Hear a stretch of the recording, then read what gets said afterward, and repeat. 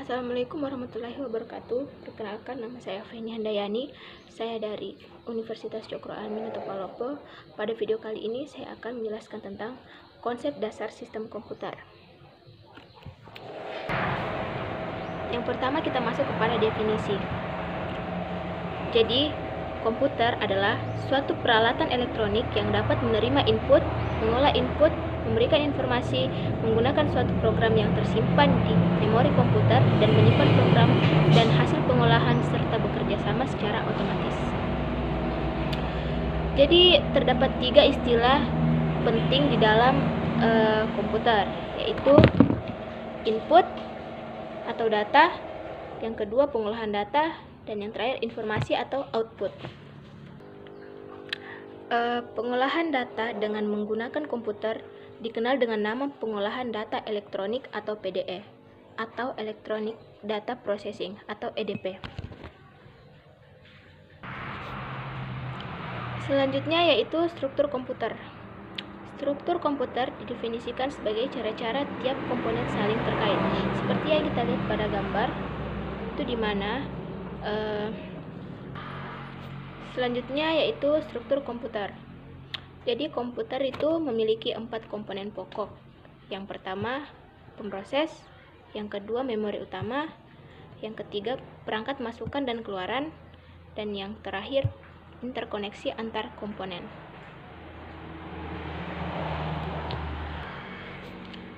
Selanjutnya yaitu pemroses atau CPU. Jadi pemroses disebut CPU atau biasa disebut dengan CPU, berfungsi mengendalikan operasi komputer dan melakukan pengolahan data.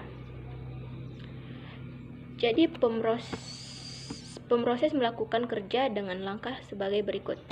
Yang pertama, mengambil instruksi yang dikodekan secara biner dan memori utama.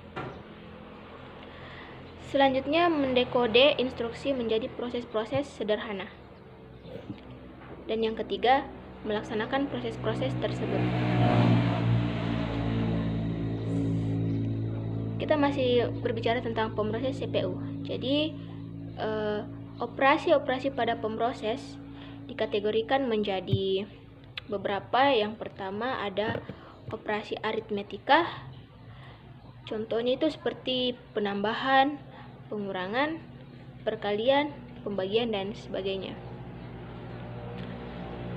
Selanjutnya yaitu operasi logika, di mana operasi logika ini terdiri atas OR, AND, XOR, inversi, dan sebagainya.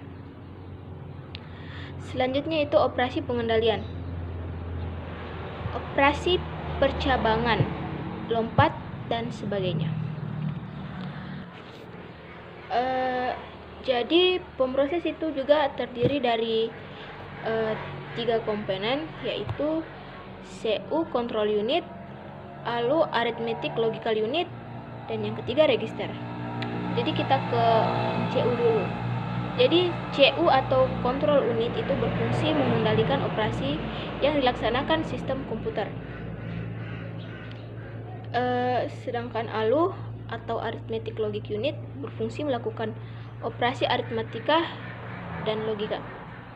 Sedangkan register merupakan memori yang sangat cepat yang berfungsi sebagai tempat operan-operan dari operasi yang akan dilakukan oleh pemroses. Selanjutnya kita masuk kepada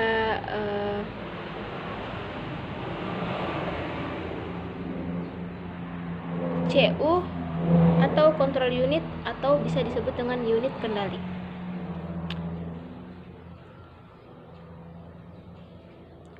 Jadi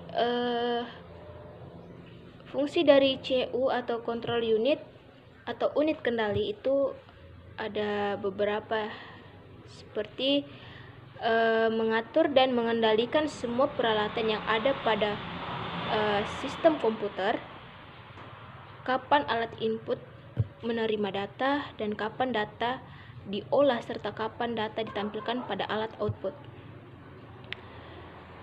Kedua, mengartikan instruksi 2 dari program komputer. Yang ketiga, membawa data dari alat input ke memori utama. Yang keempat, mengambil data dari memori utama untuk diolah.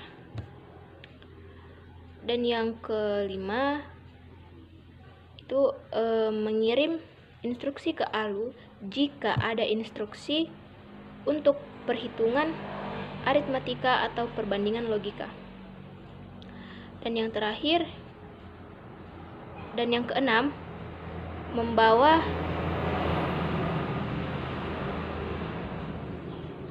hasil pengolahan data kembali ke memori utama lagi untuk disimpan dan pada saatnya akan disajikan ke alat output.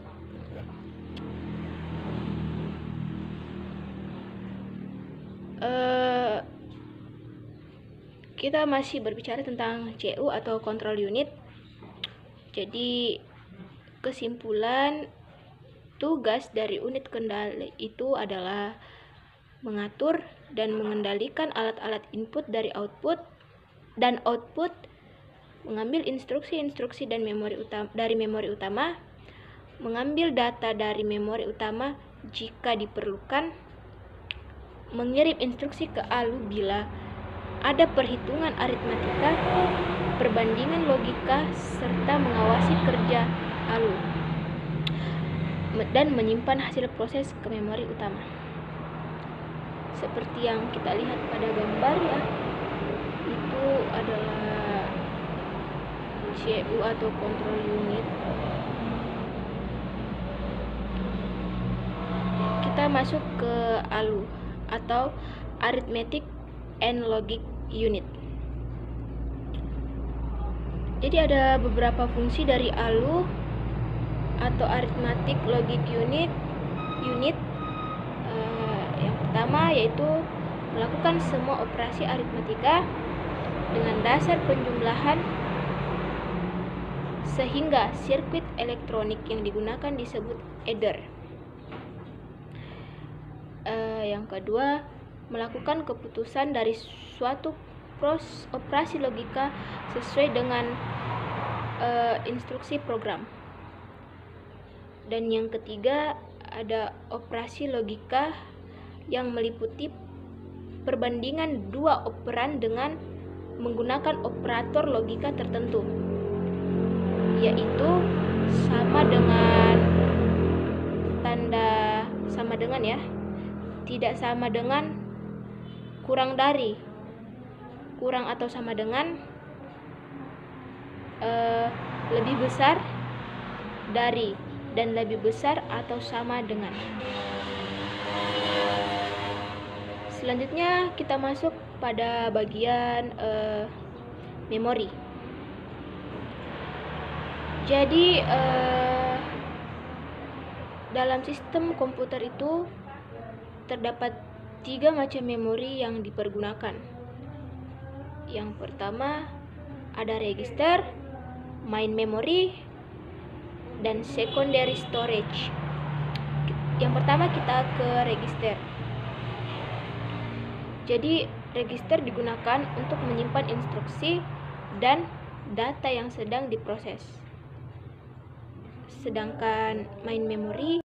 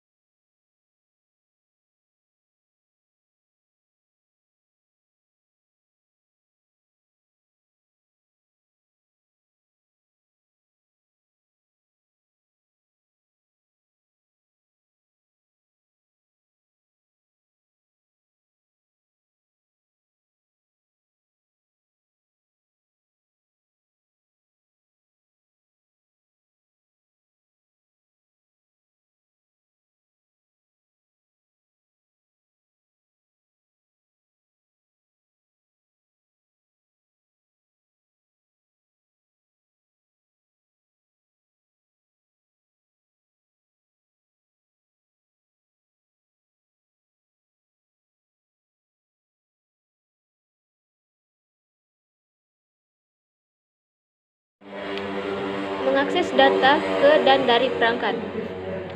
Jadi sinyal-sinyal kontrol terdiri atas sinyal pewaktuan adalah sinyal pewaktuan menandakan validitas data dan alamat. Sinyal-sinyal perintah adalah sinyal perintah berfungsi membentuk suatu operasi. Selanjutnya, prinsip operasi bus. Yang pertama, meminta penggunaan bus. Yang kedua, apabila telah disetujui, modul akan memindahkan data yang diinginkan ke modul yang dituju. Hierarki multiple bus. Bila terlalu banyak modul atau perangkat dihubungkan pada bus, maka akan terjadi penurunan kerja. Faktor-faktor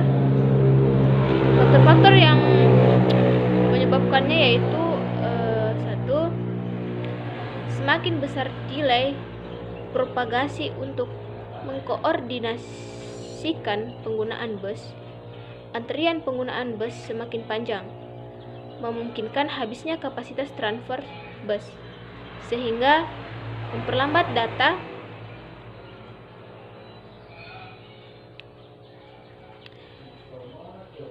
Selanjutnya yaitu ada jenis-jenis bus. Jenis bus dapat dibedakan atas beberapa, yaitu dedicated, time multiplex,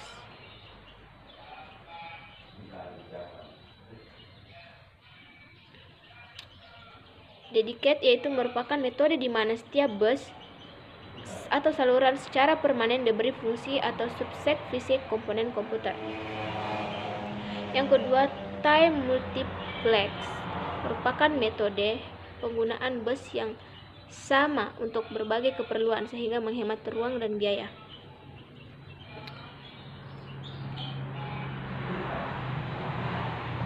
Selanjutnya yaitu